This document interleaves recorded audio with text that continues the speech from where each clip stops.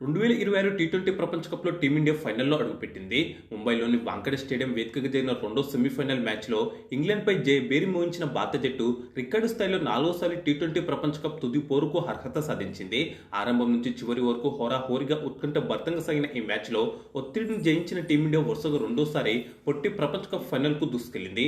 పరుగుల వరద పారిన ఈ మ్యాచ్లో టీమిండియా గెలవడంలో సంజు సామ్సన్, జస్ప్రీత్ బుమ్రా, అక్షర్ పటేల్ కీలక పాత్ర పోషించారు.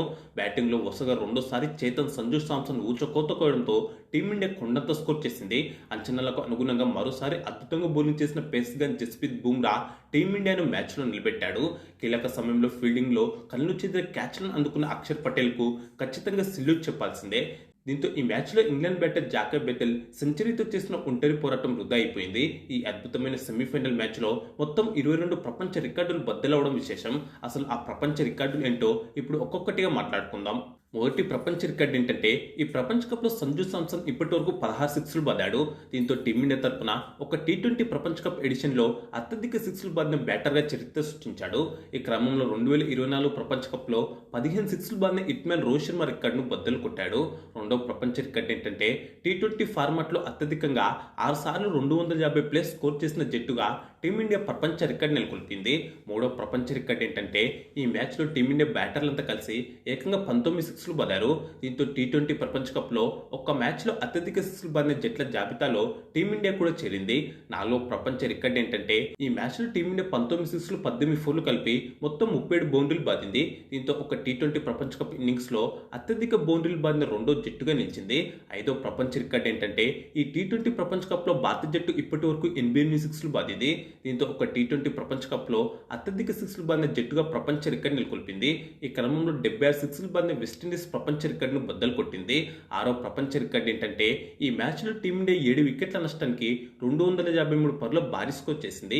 టీ20 ప్రపంచ కప్ నాకౌట్ మ్యాచ్ల్లో ఓ జట్టు సాధించిన అత్యధిక స్కోర్ ఇదే కావడం విశేషం.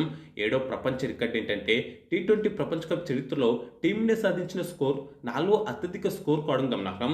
ఎనిమిదో ప్రపంచ రికార్డు ఏంటంటే, టీ20 ప్రపంచ కప్ నాకౌట్ చరిత్రలో 200+ స్కోర్ చేసిన రెండో జట్టుగా టీమిండియా నిలిచింది. తొమ్మిదో ప్రపంచ రికార్డు ఏంటంటే, ఈ మ్యాచ్లో ఇంగ్లాండ్ బౌలర్ ఆర్చర్ ఏకంగా 61 పరుగులు సమర్పించుకున్నాడు. దీంతో టీ20 ప్రపంచ కప్ నాకౌట్ చరిత్రలో ఇంగ్లాండ్ తరఫున అత్యధిక పరుగులు ఇచ్చిన బౌలర్గా ఆర్చర్ చెత్త రికార్డు నెలకొల్పాడు. 10వ ప్రపంచ రికార్డు ఏంటంటే, టీ20 ప్రపంచ కప్ చరిత్రలో ఇంగ్లాండ్ స్పిన్నర్ అదిల్ రషీద్ ఇప్పటి వరకు 44 వికెట్ తీశాడు.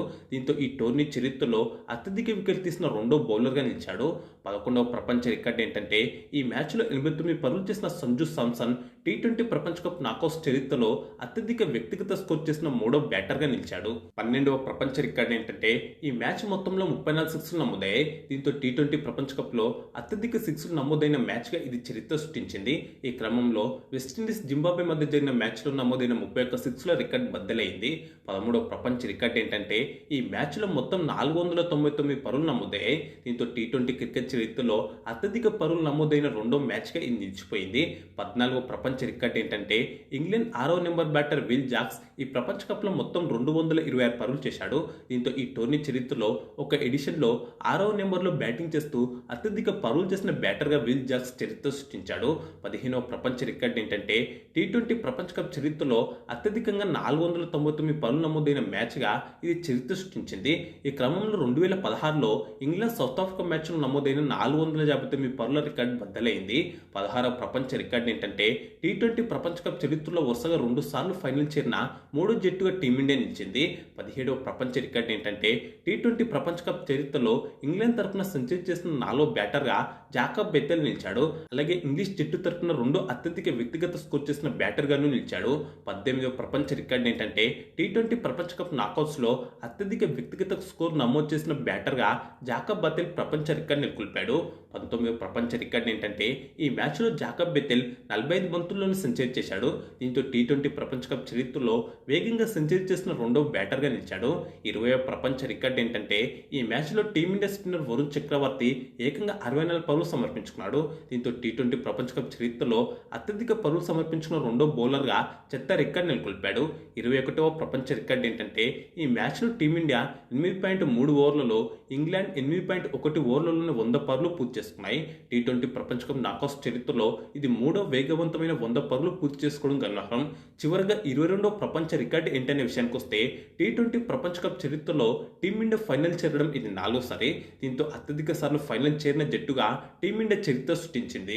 ఇప్పుడు ఈ మ్యాచ్ ఎలా జరిగిందో మాట్లాడుకుందాం. ఈ మ్యాచ్లో టాస్ గెలిచిన ఇంగ్లాండ్ ముందుగా బౌలింగ్ ఎంచుకుంది. టీమిండియా సేమ్ ప్లేయింగ్ లెవెన్తో బరిలోకి దిగగా ఇంగ్లాండ్ తమ తుది జట్టులో ఒక్క మార్పు చేసింది. రేహాన్ అహ్మద్ స్థానంలో జేమీ ఓవర్టన్ను తీసుకుంది. జోఫ్రా ఆర్చర్ వేసిన ఇన్నింగ్స్ తొలి ఓవర్లోనే ఓ 4-6 బంద సంజు సామ్సన్ గత మ్యాచ్ ఫామ్ను సెమీస్లోనూ కొనసాగించాడు.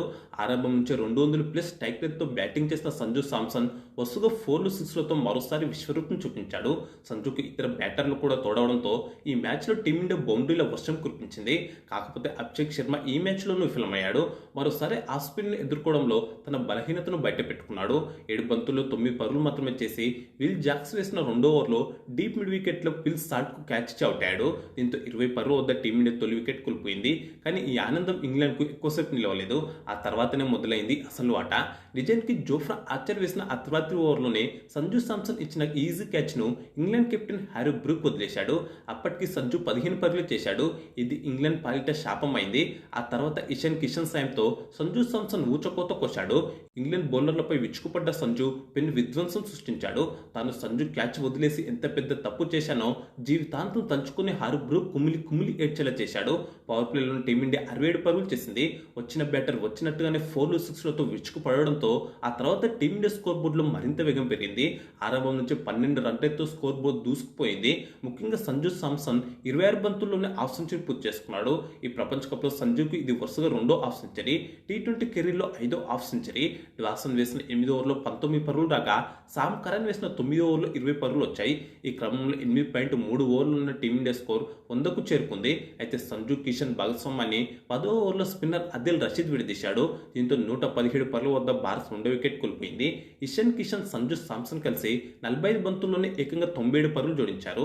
216 స్ట్రైక్ రేట్తో విధ్వంసం సృష్టించిన ఇషాన్ కిషన్ 4 4లు 2 6లతో 18 బంతుల్లోనే 39 పరుగులు చేశాడు. స్పిన్నర్లు బౌలింగ్ చేస్తుండటంతో స్పిన్ సమర్థవంతంగా ఎదుర్కోగల శివం దూబేను తెలివిగా 4వ స్థానంలో పంపించారు.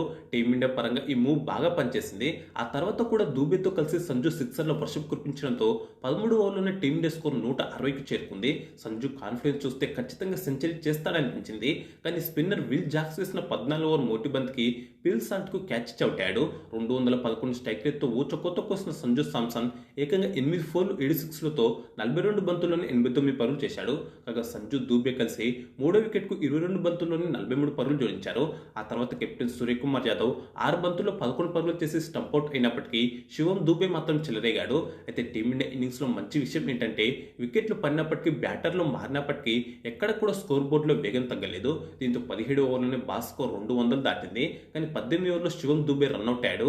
నిజానికి ఈ రన్అట్లో దూబే తప్పేం లేదు. హార్దిక్ మోటా పరుగు కోసం పిలిచి తర్వాత వద్దనడంతో దూబే రన్అట్ అయిపోయాడు. దీంతో 17.3 ఓవర్లలో 212 పరుగులకు భారత్ సగం వికెట్ కోల్పోయింది. 172 స్ట్రైక్ రేట్తో చెలరేగిన శివం దూబే ఒక 4 4 6లతో 25 బంతుల్లోనే 43 పరుగులు చేశాడు. జోఫ్రా ఆర్చర్ వేసిన 19 ఓవర్లో తిలక్ వర్మ 3 6లు బాదాడు. కానీ అదే ఓవర్లో క్లీన్ బౌల్డ్ అయ్యాడు. 300 స్ట్రైక్ రేట్తో 3 6లతో 7 బంతుల్లోనే 21 పరుగులు చేసి మంచి కామ్యో ఆడాడు తిలక్. విల్ జాక్స్ వేసిన చివరి ఓవర్లో ఆర్థిక్ 2 6లు బాదడంతో టీమిండియా స్కోర్ ఏకంగా 250 దాటింది.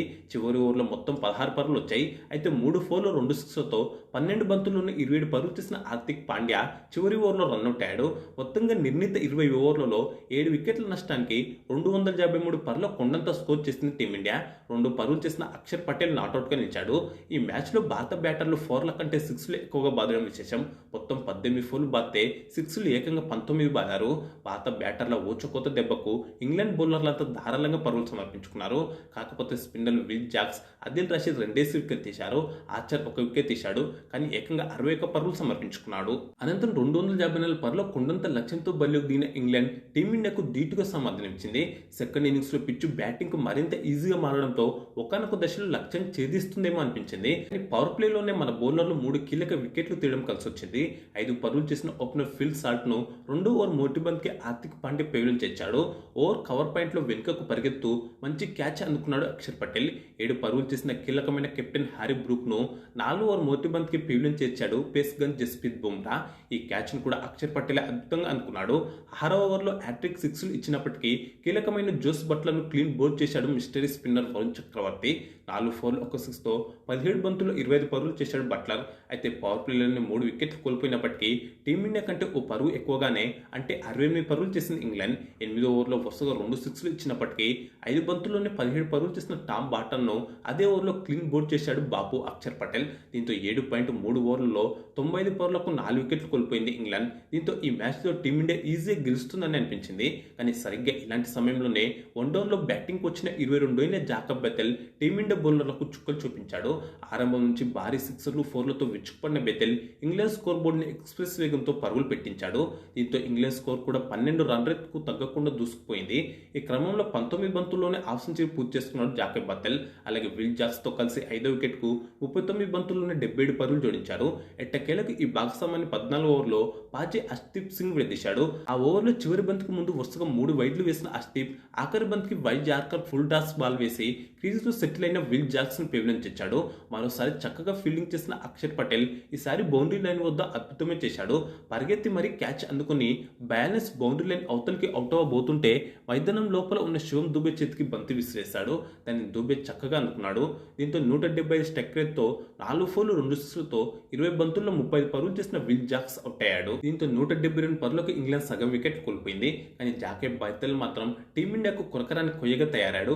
ఒకవైపు వికెట్లు పడుతున్నప్పటికీ అతను మాత్రం వరుసగా 4లు 6లతో టీమిండియా అభిమానుల్లో ఓటమి భయం పుట్టించాడు. దీంతో 17 ఓవర్లోనే ఇంగ్లాండ్ స్కోర్ 200 దాటింది. చివరి 3 ఓవర్లలో ఇంగ్లాండ్ విజయానికి 39 పరుగులు అవసరమయ్యాయి. ఇలాంటి సమయంలో పేసర్ జస్ప్రీత్ బుమ్రా మరోసారి తన సత్తా చాటాడు. వికెట్లు తీయకపోయినప్పటికీ ఎత్తు ఓవర్లలో పరుగులు కట్టడి చేశాడు. 18 ఓవర్లో 6 పరుగులు ఇచ్చాడు. అంతకుముందు 16వ ఓవర్లో 8 పరుగులు ఇచ్చాడు. దూసుకుపోతున్న ఇంగ్లాండ్ స్కోర్ బోర్డుకు తనదైన స్టైల్లో బ్రేకులు వేశాడు బుమ్రా.